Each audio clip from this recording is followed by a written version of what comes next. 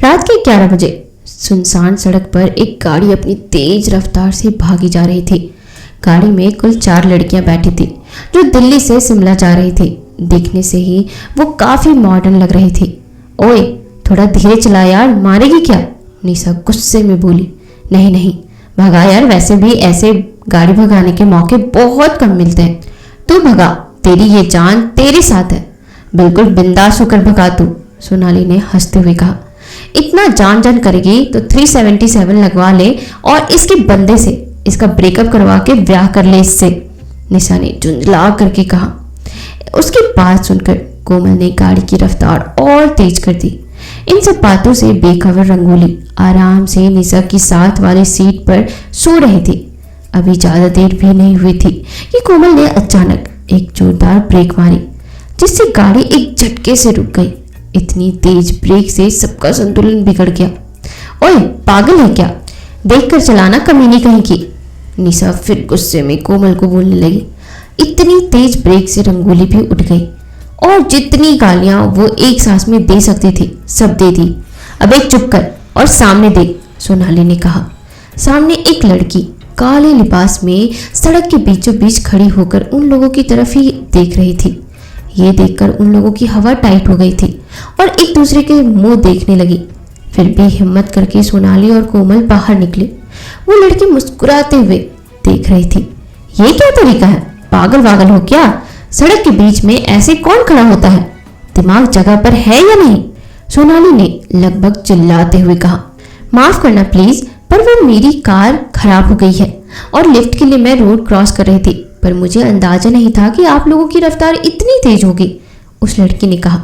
अब कोमल और सोनाली एक दूसरे के मुंह देखने लगी, पर दिल्ली की लड़कियां जल्दी से अपनी गलती मानती कहाँ हैं। इसलिए कोमल ने कहा, तो क्या हुआ, रात को इतनी देर हम क्यों धीरे चलाए? यहाँ कौन सा जाम लगा है? और वैसे भी ये कौन सा वक्त है इस हाईवे पर अकेले होने का? मैं यहीं पास की रहने वाली हूँ, यहीं पास में मेरा घर है और वो आज मेरी सहेली के घर एक पार्टी थी, वहीं से लौटते हुए मेरी कार खराब हो गई है। आप लोगों की बड़ी मेहरबानी होगी अगर आप मुझे मेरे घर तक छोड़ देंगे, तो प्लीज हेल्प मी, उस लड़की ने कहा। ठीक है, लिफ्ट तो ठीक है, हम तुम्हें दे देंगे, पर तुम्हारा घर कितनी दूर है और तुम्हारा नाम क्या है? अब सोनाली ने थोड़ी दरिया दिली दिखाते हुए कहा, क्योंकि उसे पता था कि उसकी हाँ का मतलब है कोमल की हाँ और कोमल की हाँ का मतलब है सबकी हाँ। मेरा नाम तांत्रिका है और बस यही शिमला लगते हुए मेरा घर है, उस लड़की ने कहा। अच्छा ठीक है, अब चलो, यहाँ टाइम बर्बाद करने की कोई जरूरत नहीं है। और तीनों जाकर गाड़ी में बैठ गई। गाड़ी में बैठते ही एक अजीब सी बदबू गाड़ी में आने लगती है, पर किसी ने इस तरफ ध्यान नहीं दिया। ना ही किसी ने इस बात का ध्यान दिया कि तंत्रिका के पास कोई गाड़ी नहीं थी। उनके निकलते ही एक साया गाड़ी के पीछे पीछे उड़ता आ रहा था। रंगोली को उसका आना बड़ी अजीब सा लगा और वो तंत्रिका के पैर देख रही थी और निशा का तो पहले ही मुंह बन गया था। चिंता मत कीजिए, मैं कोई डायन या चुड़ैल नहीं हूँ, तंत्रिका ने रंगोली की हरकत देखते हुए कहा। हे नहीं, वो बात नहीं है, मैं तो बस ऐसे ही, रंगोली ने झेपते हुए कहा। करीब 1 घंटा ड्राइव करने के बाद तंत्रिका ने गाड़ी एक बड़ी सी हवेली के सामने रुकवाई। हवेली काफी आलीशान और खूबसूरत थी, जिसे देखकर चारों के होश उड़ गए थे। अब 5 लड़कियां गाड़ी से बाहर आई। लीजिए, यही है मेरा गरीब खाना, तंत्रिका ने मुस्कुराते हुए कहा। ओह फक, अगर ये गरीब खाना है तो अमीर खाना कैसा होता है? कोमल के मुंह से हैरानी के बोल निकल पड़े। आप लोग चाहो तो यहाँ रह सकते हो, वैसे भी मैं यहाँ अकेली रहती हूँ, तांत्रिका ने कहा। क्यों, तुम्हारे घर वाले कहाँ हैं? सोनाली ने पूछा। वो पिछले साल एक कार दुर्घटना में ही मर गए थे। आप चिंता मत कीजिए, यहाँ आपको कोई दिक्कत नहीं होगी, तंत्रिका ने उदास होकर के कहा। अब चारों एक दूसरे का मुंह देखने लगी। उन्हें कुछ समझ नहीं आया कि क्या जवाब दे। फिर भी सोनाली ने कहा कि हमें 2 मिनट का टाइम दो, और चारों साइड में जाकर आपस में बातें करने लगी। इस बात से खबर की 2 लाल आंखें झाड़ियों में से उनकी तरफ ही देख रही है। क्या करे यार, ऑफर तो सही है, कोमल ने कहा। भाई मुझे तो ये लड़की अजीब सी लग रही है, मतलब जस्ट थिंक यार, अभी थोड़ी देर पहले हमसे मिली है और अब अपने घर में जगह देने को तैयार है। रंगोली ने कहा। अब तू चुप कर, कभी खुद को भी देख के बकवास कर लिया कर। हमने उसकी हेल्प की, इसीलिए वो हमें यहाँ रुकने दे रही है, निशा ने रंगोली को डांटते हुए कहा। पर किसी अनजान पर ऐसे भरोसा करना ठीक नहीं रहेगा। वैसे भी वो यहाँ अकेली रहती है, और अकेले रहने वाली लड़की का क्या किसी अनजान लड़कियों के उसके घर रुकने देने का ऑफर अजीब नहीं लगता? सोनाली ने कहा। यार पागल है क्या तू? हम चारों तो भरोसे लायक लगते हैं, और यार देखो हम भी कौन सा अपने साथ जायदाद लेकर चल रहे हैं जो वो हमसे लूट लेगी। और सोचो जरा, यहाँ रहने से हमारा होटल और खाने पीने से खर्चे बच जाएंगे, और ज्यादा पैसे मतलब ज्यादा शॉपिंग, जेब में रहेगा ज्यादा कैश और हमारी होगी ऐश, निशा ने खुश होते हुए कहा। उसके इस तर्क के आगे चारों ने खुशी खुशी हामी भर दी और अपना सामान निकालने लगी। ये देखकर तंत्रिका के चेहरे पर एक कुटिल मुस्कान आ गई। हवेली में पहुंचकर तंत्रिका ने सबको उनका कमरा दिखाया और खुद भी अपने कमरे में चली गई। रात के 3 बजे कोई नीचे तहखाने में एक हवन बिंदे के सामने बैठा कोई मंत्रों का उच्चारण कर रहा था, और सामने शैतान की एक बड़ी सी मूर्ति थी जिसकी आंखों से लाल रोशनी निकल रही थी और बाहर की तरफ निकली जुबान पर खून लगा हुआ था। पास ही एक मुर्गे का सर पड़ा हुआ था।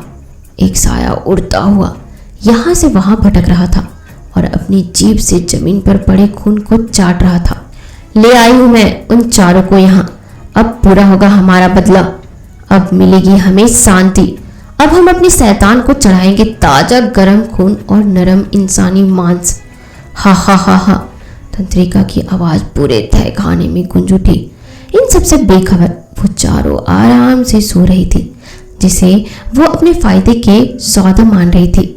वो नहीं जानती थी कि ये उनकी जिंदगी के आखिरी सौदा है।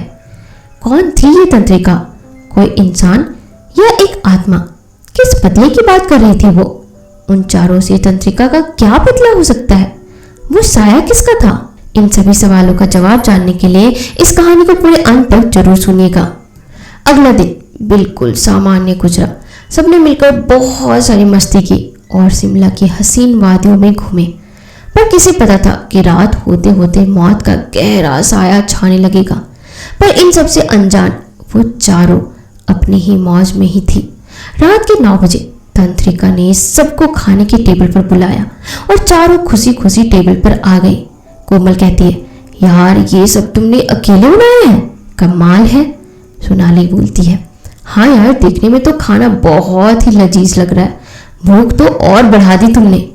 और फिर साथ में बातें करते हुए खाना खत्म करके अपने अपने कमरे में सोने चले जाते हैं। दिन भर के थके हुए होने के कारण उन सबको जल्दी ही नींद आ जाती है। रात के 12 बजे कोमल के कमरे में एक साया अपनी लाल लाल आंखें लिए उस पर नजर गड़ाए हुए बैठा था। कोमल करवट बदलती है तो उस साये की लाल आंखें दिखती है और डर की एक लहर उसके शरीर में दौड़ जाती है। वो वापस पीछे देखती है पर पीछे कोई नहीं होता। अपने स्वभाव से निडर और जिद्दी होने के कारण वो बिस्तर पर ही बैठकर अंधेरे में यहाँ वहाँ देखने की कोशिश करने लगती है, पर ना ही तो उसे कुछ साफ साफ नजर आता है और ना ही कुछ कमरे में उसे कुछ महसूस होता है। सब कुछ शांत होता है। अपने मन का वहम मानकर वो वापस लेटने को ही होती है कि अचानक खिड़की एक तेज आवाज के साथ खुल जाती है। उसी खिड़की के पास वही साया नजर आता है। अब कोमल सच में डर जाती है। उसे पहाड़ी इलाकों की सभी भूतिया कहानियां याद आने लगती है। वो डर के मारे लेटकर कसकर चादर अपने मुंह पर ओढ़ लेती है, पर इससे उसका डर कम नहीं होता क्योंकि कमरे में वही अजीब सी बदबू फैलने लगती है जो तंत्रिका की गाड़ी में बैठते वक्त आई थी। पूरे कमरे की चीजें उड़कर यहाँ वहाँ बिखर रही थी। कोमल की हालत चादर में खराब हो रही थी। उसे अपने ऊपर भारीपन महसूस होता है। जय भोलेनाथ बोलते हुए बहुत हिम्मत करके वह धीरे धीरे चादर हटाती है। बाहर सब कुछ शांत होता है। कोमल धीरे धीरे दरवाजे की तरफ बढ़ती है। वो जल्दी जल्दी दरवाजे को खोलने की कोशिश करती है पर दरवाजा नहीं खुलता। खिड़की से एक साया धीरे धीरे हवा के साथ कमरे में प्रवेश कर रहा था और साथ ही वही आंधी और मनहूस सी बदबू आने लगती है। तेजी से वो साया कोमल के पास आने लगता है। वो जोर जोर से चिल्लाती है पर उसकी आवाज कमरे में ही गूंज करके रह जाती है।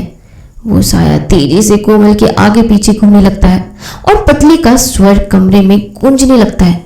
अचानक वो साया कोमल के सामने रुक जाता है और कोमल के मुंह से डर और असमंजस से निकलता है, तुम तो मर गए थे? नहीं, यह नहीं हो सकता है। इतना सुनते ही साया भयानक तरीके से हंसने लगता है और एक झटके से कोमल के शरीर में घुस जाता है।